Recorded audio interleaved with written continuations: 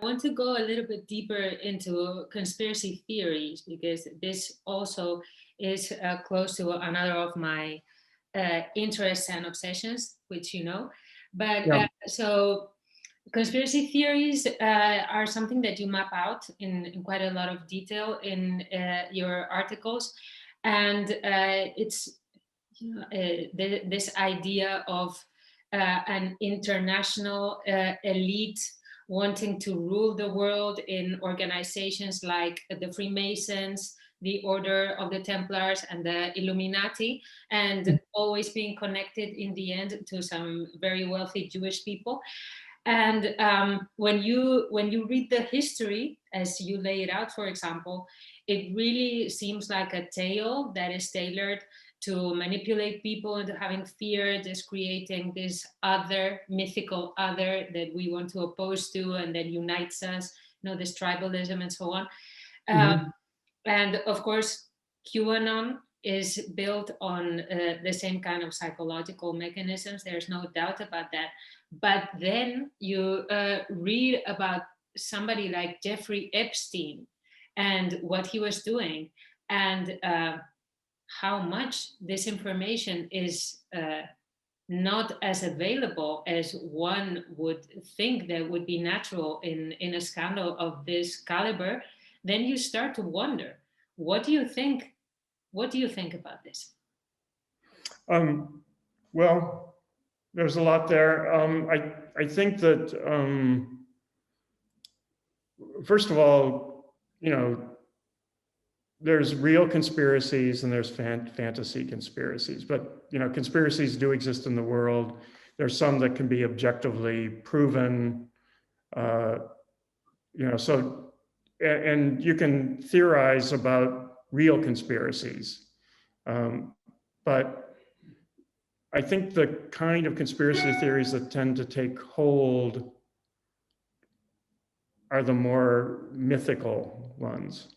And I do think that they function as a kind of myth. In some ways, uh, they're linked to literacy and media and what I don't know if Habermas uses the term, but I think it's if he doesn't, it's a term derived from Habermas, the information public sphere. So, what that implies is that uh,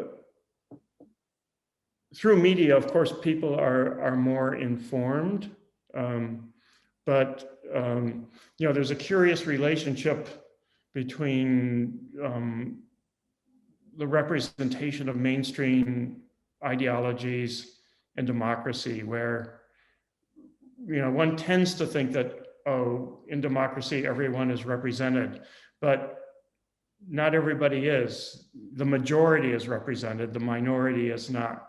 And in not being represented, of course, there's a degree of dissatisfaction. That's one thing that can give rise to conspiracy theories. This feeling of being excluded even under the terms of a democracy.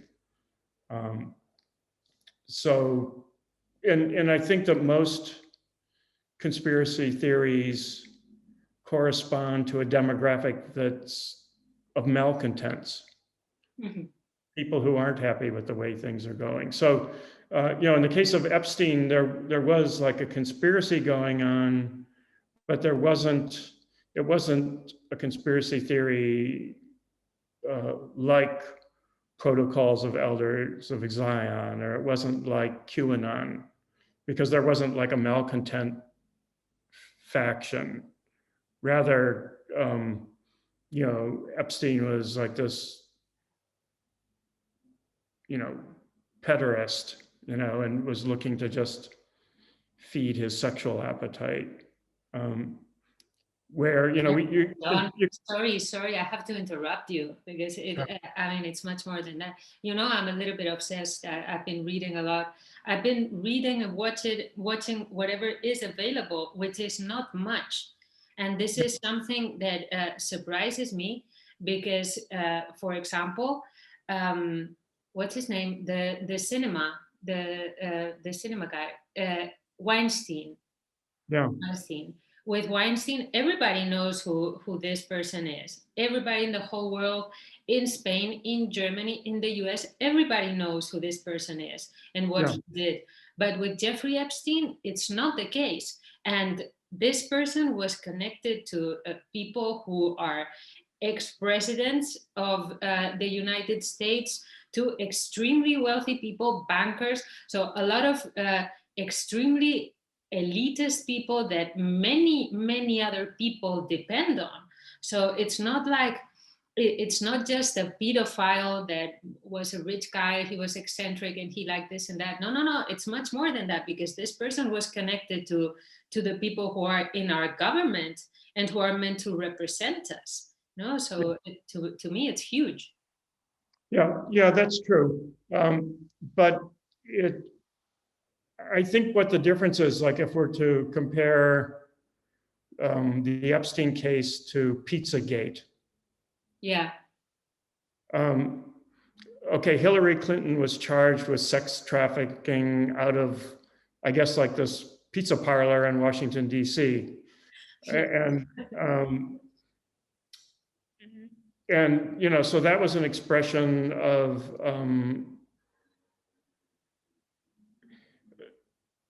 you know, hatred for Clinton's political position, probably also hatred for her position as a successful woman politician.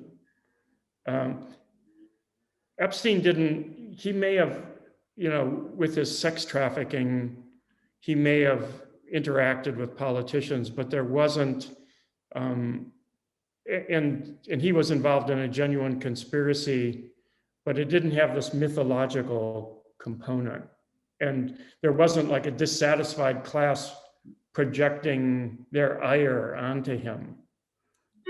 It was more the case that he was operating pretty much under the radar. So that's what I meant. Not that, you know, because they're, yeah, he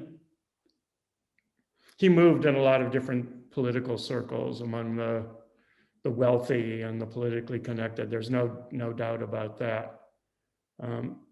But as far as I can tell, there wasn't like a political or social agenda attached to that. Yeah, I see what you mean, but Yeah. of course, I'm thinking, well, I'm aware that it's not something that we're doing very often today, just trying to put ourselves in the shoes of the other people. But when I think about all these people who believe in QAnon, um, and who are looking for conspiracies, who are really thinking that there is this deep state and so on and so forth. Um, when a figure like Jeffrey Epstein arises, it just, I'm not going to say that it justifies, especially, violence in any form, but you can imagine people who are having very hard lives, are disenfranchised and so on, and they see this kind of privilege, and they see the impunity of this kind of people, and this of course is very dangerous, because this might be for them justifying, the existence of this big conspiracy that is QAnon. You see what I mean? I, that would logically seem to be the case, but as far as I know, nobody on the right wing has been pointing to Epstein. Oh, really? I haven't. Have you seen any any of Trump's base like outraged by Epstein? I I haven't don't heard a see peep. But I don't see anybody outraged by Epstein. Just a couple of journalists here and there. I don't see people having these conversations and pundits and so on. I haven't seen that. It's just like, yeah, something happened. Yeah, he committed suicide. Maybe not. Well, things. No, that's everything I've seen. But anyway, let's move on. Well, I think that the women and were outraged by Epstein, and then also, you know, people would be concerned with questions like sex trafficking were outraged. But in terms of him becoming a political symbol in this kind of mythic way, it No. it didn't happen. Um, Yeah, that's true.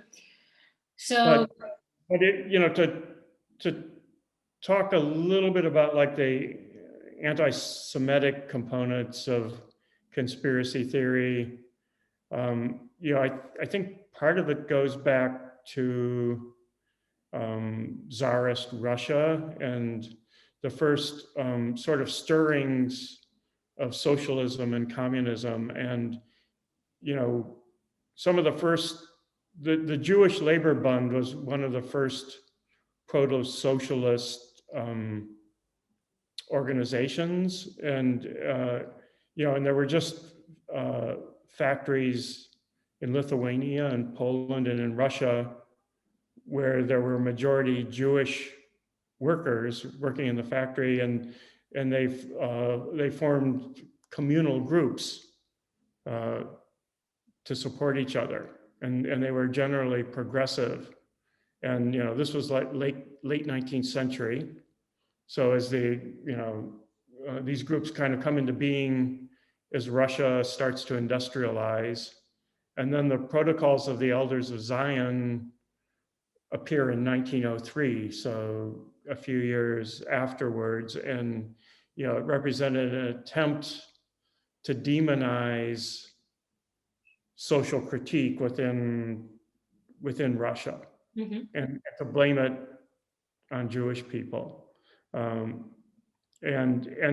moreover, then to say that it's, you know, part of a worldwide conspiracy. And then the odd thing is that that's picked up by Henry Ford in the US, yeah. who, and it's especially paradoxical because Ford was trying to blame Jews for the displacement of capitalism when, you know, what is Fordism? Like that's the primary force in that era.